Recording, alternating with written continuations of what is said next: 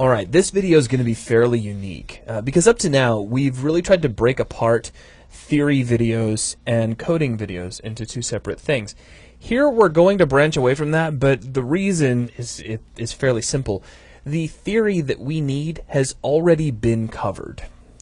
In the previous theory video where we were talking about TP Animator, we discussed the process of taking the animation state, this forward, backward, left, right, left, forward, and so on, and using that to apply forward speed, a backward speed, and a strafing speed. That's exactly what we're about to do. Mm-hmm. We are going to take our MoveSpeed public field, which we've been using up to this point, and we're going to replace the field with a method that does all of this. Right. It is going to take in whatever motion state that we have from TP Animator, and using that state, it will apply either a forward speed or a backward speed or a strafing speed. Yep.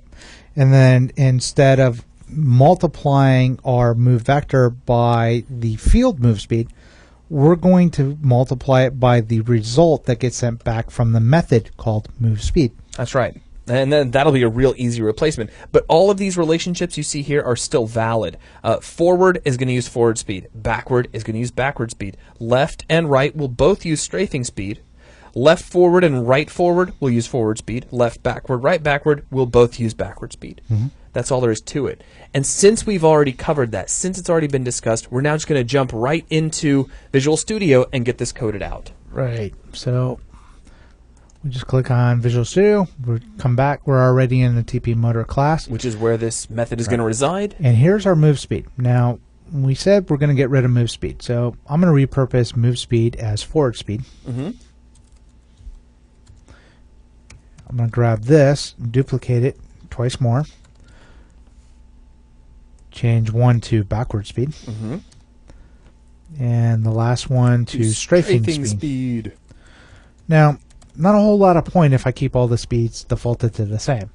That's true. So backward speed, let's set that one down to, say, 2. Okay, and so we'll go backward really slowly. Yep, and we'll set strafing speed to, say, 5. Okay. So that'll give us 3 different speeds to work with. Now if we scroll down into our process motion, we see we get an error because we don't have a move speed anymore. Mm-hmm. I'm about to create a new method called move speed, so I'm going to put the parentheses there. We still get an error because we don't have that method yet. Right. So we're going to scroll down here now and create that method. So after snap align character with camera, I'm going to create the new method. It has to return a float because we're using this method to calculate our new move speed. We have to return that. Mm-hmm. So our return type is going to be a float. The name of this is going to be move speed. Obviously. And it's not going to take anything in because it's going to go ask the TP Animator for all the information that it needs. So it'll just query what it needs. It's not going to have to worry about inputs. Right. So I'm going to create a var local variable called MoveSpeed with a lowercase m, and I'm going to set it to 0. So by default, this MoveSpeed is going to be set to 0. At the very end of this method, we're going to return that very same MoveSpeed. So, and it's what happens in between that's right. Even remotely interesting. Right. So if we don't do anything, all we're going to return is move speed of 0. Our character is not going to move. Okay. It'll just sit there. So we actually have to determine how to modify that move speed now. To do it, we're going to use a switch. I was going to say, this just be a great big case switch, won't it? Mm-hmm. And what we're looking for is going to be a TP Animator, our instance, and we're going to look for our move direction.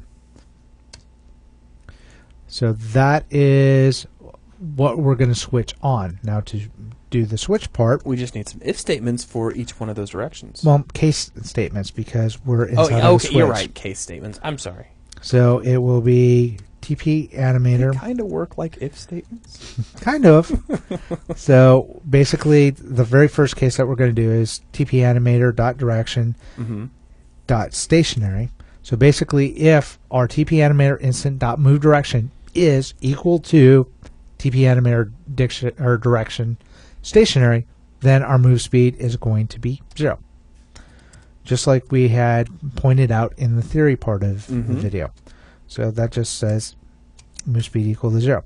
And because it is a case, we have to break it. Well, I need to terminate it. Yep. And then hit break and terminate it. And I need to end this with a colon to make my syntax correct. You could do some serious copy pasting if you want. want. And I'm going to. So I'm going to copy this 8 times or 7 more times. So that gives me 6, 7, 8 more times. Oh yeah, that's right, because it's stationary. So 8. All right. So let's do forward, backward, left. No, left, not left forward.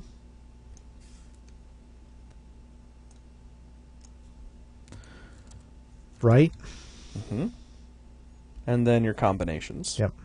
And we'll start off with left forward, followed by right forward. That's right backward. Yeah, I was close. Yeah, you were really close, man. Well, you know, only 180 degrees out. But I mean, still to the right. And That's something. left. What was this one? Left backward. No, we did left forward. This is left backward. You're right. See? Now it's my turn to get confused. Yep. Which I blame on you. That's fine. You usually do. Followed by right backward. Okay. Now, we don't want everything to be move speed of 0. Otherwise, again, it's pointless. Yeah, that's less than ideal. So, stationary, yes, 0. Forward, well, we have a forward speed for that. So, we'll set this to be forward speed. Backward, again, we have a backward speed. These are exactly those relationships that we defined in that earlier theory video. Now, left and right, we have a strafing speed for these. So, we're going to set them the strafing speed. So, copy that. That. Now, we said our forward directions are going to use our forward speed. So, I'm going to grab this. Set it to forward speed, and backwards are going to use our backing, or what did I do? Backward speed. Yeah, I actually searched for it. Yeah, I ended up jumping up to its definition. So set it to here.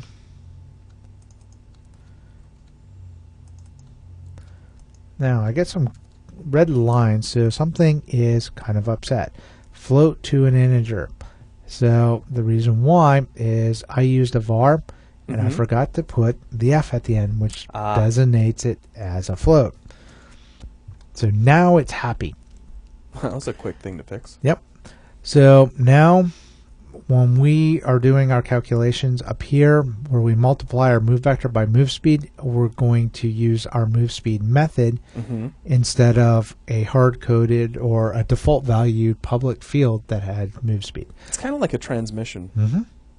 Now, move speed here is going to do all the calculation. But even if I were to run this right now with our TP motor being finalized, our TP animator being finalized, our character still won't move. Yeah.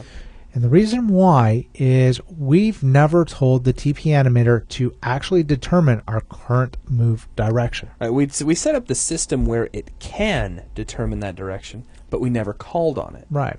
So we have to figure out the appropriate time to determine that. Now the best place to do this is probably going to be in TP controller inside of get locomotion input. We've gone through and we've taken the player's input and we've converted it into a move vector. We've zeroed it out, we've gotten the vertical input, we've gotten the horizontal input, and at this point we have our move vector. We know what it's going to be. So you're going to do it right at the end of get locomotion input? Yep.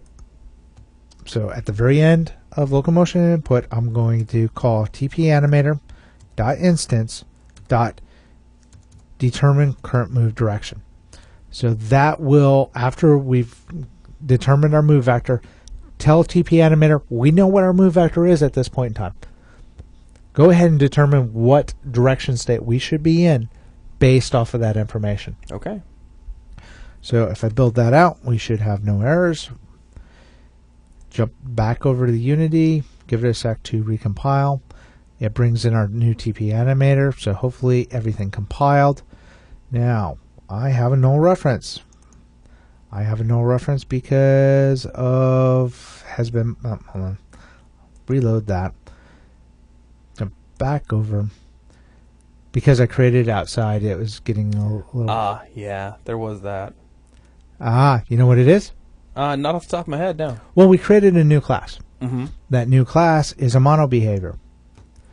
Mono behaviors have to be instantiated, and the only way they can be instantiated is if they're actually attached to a game object. Yeah. So I created it, but I never attached it to our character. So I have to take TP Animator, I have to drag it onto our character capsule. So now it's actually part of it. Yeah, there is that. Yeah, so if I hit play, now we don't get any errors.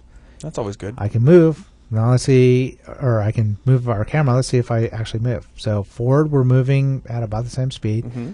Backwards, we're moving much slower. Really slow. Yep. If I move sideways, a little bit faster, but not as fast as if I move forward. And if I move at a diagonal and I go up and to the right, I'm moving at my forward speeds.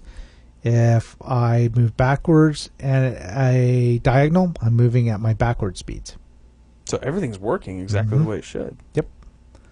So it looks like everything is doing what we told it to do, which is everything we put down in theory. Now, could you go into TP Motor, for instance, and change those values?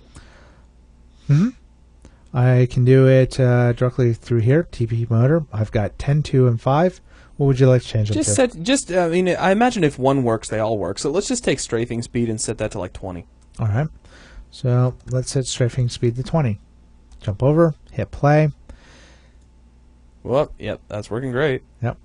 So I mean, and the fact that we were able to pull that data in the first place, and it was pretty clear that we were moving backward much more slowly than we were going forward, that tells me that everything is working just fine. But the ability to change one really does kind of drive that home. So with that, we have now implemented our move speed function, or I'm sorry, our move speed method, which is going to wrap things up for this video. Thanks a lot.